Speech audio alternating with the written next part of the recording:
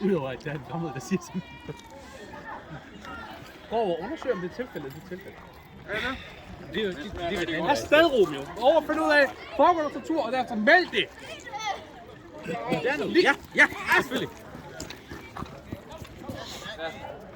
Er der nogen i krogen, eller? Hvor den krogkasse er. Tortur er ikke tilladt efter lovene. Hvad? Uden for myndighed. Nej, jeg er ikke myndighed. Så var det, hvis det godkendes, at dommeren over ved lov, det kræver, at retssagen sættes i gang, og processen sættes i gang. Men hvad skal vi gøre for at sætte den i gang? Den egentlige proces i gang. Vi skal have sat en anklager og en forsvar, der kan undersøge sagen, så vi kan få personen dømt.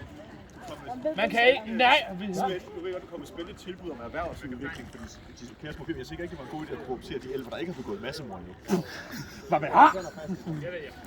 Nå, må jeg have lov at udspørge herren der, hvor min krokasse er? Han er eftersøgt i øjeblikket. Formelle anklager skal nedsættes.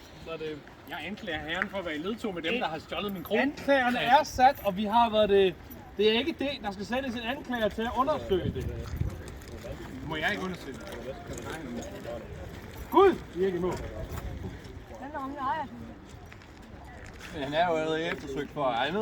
Jo, men det er jo bare for det er en helt anden sag. Hvad den sag, den venter vi på at føre det med stor fornøjelse. Så. Jeg har med ind på anklagebænken. Hvis de vil agere, hvis de er de til at agere, kan de læse? Ja. Har de læst loven? Ja. Så må de gerne udspørge kejserlige byens lov og valggrevens lov.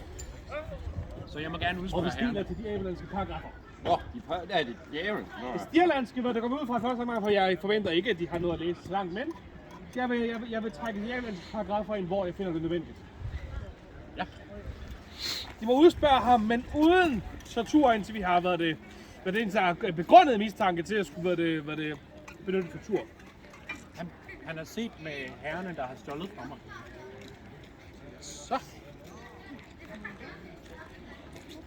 Udspørg ham først, så skal vi se, om der er grund til tortur derefter. Udmærket. Nej, udmærket.